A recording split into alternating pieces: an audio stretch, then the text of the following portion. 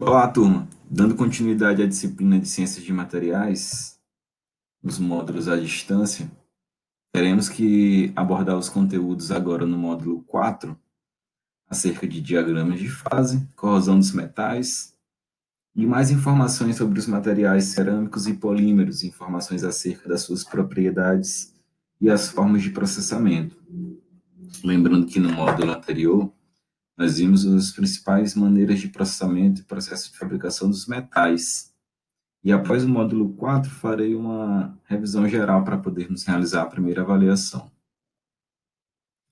Então, corrosão dos metais remete a um conteúdo que aborda uma parte da composição química que acontece entre escalas de cátions e ânions, que são partículas que ganham ou perdem elétrons, como é possível observar aqui nessa chapa de zinco, onde ele está mostrando que o zinco possui dois elétrons de valência, ou seja, ele precisa se ligar com dois átomos para estar em equilíbrio.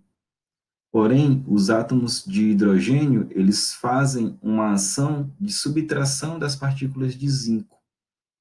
E é isso dá-se o nome de corrosão. Então, o equilíbrio de uma solução ácida sobre uma chapa de zinco causa a própria corrosão devido à eletronegatividade do material metálico, né? Daí a facilidade da existência de corrosão, do processo de corrosão em metais. Conceitualmente falando, temos que em maiores ou menores escalas os materiais experimentam algum tipo de interação com os ambientes. Não só materiais metálicos, mas todo tipo de material tem essa interação. Seja um ambiente úmido, um ambiente abrasivo, um ambiente que seja termicamente avaliado com temperaturas elevadas e por aí segue. E isso os deixa sujeitos a modificações de suas propriedades de origem, né? É sobre isso que nós estamos falando. Então, a corrosão é definida como um ataque destrutivo e não intencional de um metal. E esse ataque, como eu já havia dito, ele é eletroquímico, né? Parte da química. E normalmente tem seu início na superfície do material. Digo normalmente, pois é comum em zonas específicas de outras construções metálicas que não seja na superfície, e sim comece no interior, já esteja suscetível a esse tipo de evento que é a corrosão, ok? E a corrosão acontece em alguns tipos, né, que devemos avaliar e estudar as suas formas que aparecem. São elas as principais: uniforme, galvânica, em frestas, por pits, também conhecida como localizada, intergranular e erosão, corrosão, que veremos por último.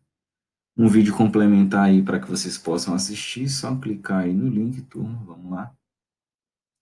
Continuando aqui, reexplicando a imagem, onde mostra o processo de corrosão em uma chapa de zinco, mostrando que os elétrons do zinco possuem uma eletronegatividade que eles precisam ganhar dois elétrons para que ele entre em equilíbrio, né? E desta forma, a interação com uma solução ácida vai retirar essa partícula e começar a deformar aqui a superfície. Então, alguns metais que sofrem corrosão em solução ácida, onde existe uma alta concentração de hidrogênio. Então, daqui a gente já tira que um fator catalisador da corrosão é uma presença elevada de hidrogênio.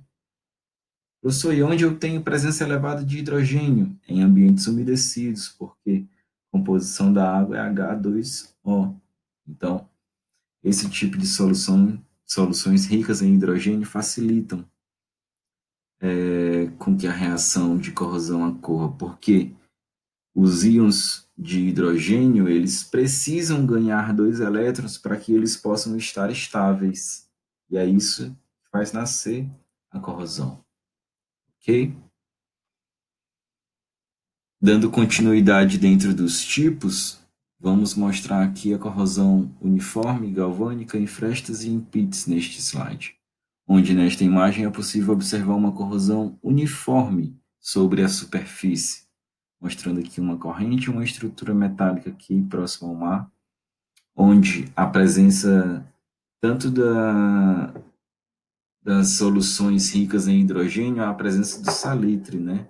E isso faz catalisar o processo de corrosão, acelerar o processo de corrosão, né? Que é um processo conhecido na química como oxirredução, porque ele pode tanto oxidar quanto reduzir. E daqui a pouco eu irei mostrar isso para vocês. Ao longo da superfície, corrosão galvânica ocorre quando temos materiais metálicos diferentes em pontos de contato e o equilíbrio térmico vai causar com que aquele ponto ele tenha uma facilidade de vir a desenvolver uma corrosão. Então, corrosão galvânica ocorre propiciada pelo ambiente e pelo contato de materiais de ligas diferentes. Ok? Em frestas, nós temos normalmente em pontos de aplicação de solda ou pequenas partes da estrutura isolada, diferente da uniforme, né? Se fosse uniforme aqui, o portão estava todo atacado pelo procedimento da corrosão, né? E corrosão localizada, né? A corrosão localizada, ela já traz um histórico aqui do material, né? Porque se a barra metálica tiver algum ponto falho, esse ponto já é suscetível a desenvolver a corrosão, diferente de uma superfície perfeitamente linear. Essa corrosão, dependendo da estrutura, ela pode vir de dentro para fora, o que pode vir a deixar ela um pouco perigosa, sendo detectada somente próximo que a falha ocorra. E nós temos imagens em zoom de um tipo de corrosão chamada intergranular, que ocorre em materiais metálicos ao redor dos seus contornos de grão, em ambientes específicos. Então, observem que a corrosão sempre se liga aos elementos do ambiente, né? Isso é muito interessante. Então, o resultado de uma amostra macroscópica se desintegra ao longo de seus contornos de grão. Observem que a corrosão, que é essa parte mais clara aqui da imagem, ela traz a ideia de que ela está se espalhando, mas não está se concentrando em pontos específicos muito grandes, que quer dizer que ela vai começar a furar, por exemplo, uma chapa neste ponto. Ela não vai se espalhar pela chapa inteira. Então, esse é o tipo de corrosão intergranular. É um tipo de corrosão predominante em alguns tipos de aço inoxidáveis. Tem muita gente que diz que aço inoxidável, né? Ele é 100% resistente ao processo de oxidação, mas não é 100% resistente. Ele só é mais resistente que os outros tipos de aço. Ele é trabalhado desde a sua fabricação até procedimentos de acabamento superficial para que ele não venha a ser atacado por oxidação a longo prazo. Mas, se for exposto a condições diversas do ambiente que facilitem isso, vão começar a surgir pontos de corrosão, podem começar com intergranular ou por uma corrosão em frestas e assim ir se espalhando. Dificilmente um aço inoxidável vai apresentar uma corrosão uniforme, né? Justamente para isso que ele é construído de um material inoxidável. Então, dependendo novamente das exposições, é que se facilita ao material estar suscetível à corrosão, ok? Falando aqui ainda sobre a intergranular. E a erosão-corrosão surge de uma ação combinada de um ataque químico e desgaste mecânico de uma consequência de movimento de um fluido, né? Então, essa corrosão-erosão, ela já vai atacar comumente a parte de tubulações hidráulicas, partes de acionamentos mecânicos que pegam fluidos, né? E isso vai fazendo com que a vida útil seja reduzida, né? Comumente encontrado tubulações, joelhos, aqui, tudo que a gente já falou, lâminas de turbinas, válvulas de bombas, estão suscetíveis a esse tipo de corrosão. corrosão, certo? Então, agora que abordamos alguns dos principais tipos de corrosão, é interessante que a gente venha a dar uma interação sobre o controle, sobre a prevenção do avanço do processo de corrosão sobre as estruturas metálicas. Essa é uma luta constante da indústria. Certa vez eu estava lendo, acho que eles gastam, acho que até 10% da sua renda bruta, eles reinvestem em fortalecimento, prevenção e correção das estruturas metálicas para evitar determinados tipos de acidente ou paradas não programadas, né? Então é necessário que a gente entenda que o aumento da velocidade de um fluido eleva a taxa de corrosão devido a efeitos erosivos, né? Se a gente tem uma carcaça de uma bomba ou uma parede tubular pela qual passa a água com areia, essa areia, com o tempo, nas paredes da tubulação, ela se torna um elemento abrasivo.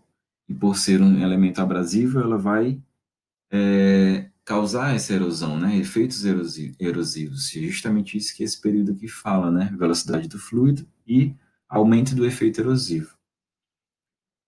Sem contar as taxas das reações químicas, né? Que tendem a se elevar com a temperatura, necessitando de uma atenção especial. Então, é necessário que seja realizado um estudo sobre a aplicação de um material, como, por exemplo, para esta imagem aqui, para a construção das chapas que compõem a parte do casco de um navio, é preciso que você levante as propriedades do material, a forma com que ele se comporta em diferentes meios, seja meios em que ele venha a ter uma temperatura mais elevada ou reações químicas mais aceleradas ou ricas em hidrogênio e por aí é que é feito essa análise, né, criteriosa sobre as propriedades e as informações sobre o comportamento dos materiais nos meios corrosivos, né, necessitando de uma atenção muito especial.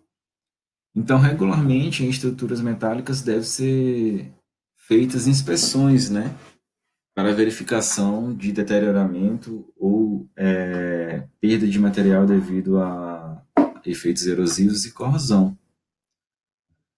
E correções especiais são realizadas com aço inoxidável, né? Também é possível observar isso. Então, peças metálicas não devem acumular substâncias na superfície, comumente, né? Se for para trabalhar a seco. E todos os depósitos encontrados devem ser removidos durante as manutenções. Aqui já são descrições para elementos industriais que devem ser inspecionados constantemente, né? Então, a corrosão em estágio inicial ela pode ser prevenida com uma limpeza superficial, com um jato de areia e renovar a pintura antiga. Observem que a limpeza superficial, ele já diz aqui, ó, com um jato de areia. Por quê? É como se ele estivesse dando um polimento sobre a superfície para depois ele engastar a pintura por cima, né? Depois ele dá as mãos de pintura necessárias para que aquele revestimento fique novo e não fique mais com pontos isolados, é onde a pintura já corroeu e já esteja acontecendo algum procedimento corrosivo do metal, né? Então o jato de areia vem garantir, né, que seja dado meio que um tratamento sobre essa superfície para uma limpeza bem realizada, né? De forma que, em estágio avançado, deve-se optar pelo reforço, colocação de uma chapa extra no casco de navio, por exemplo, ou substituição dos elementos danificados, né? Em se tratando de outras coisas, como eixos, como guias, se um guia de um torno vier, um eixo guia vier a sofrer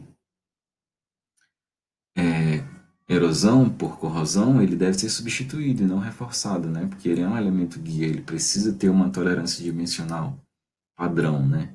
Então, dependendo do caso, pode-se optar tanto pelo reforço quanto pela substituição. Aí ele está mostrando aqui o caso de barreiras de materiais externos sendo adicionados para evitar o avanço da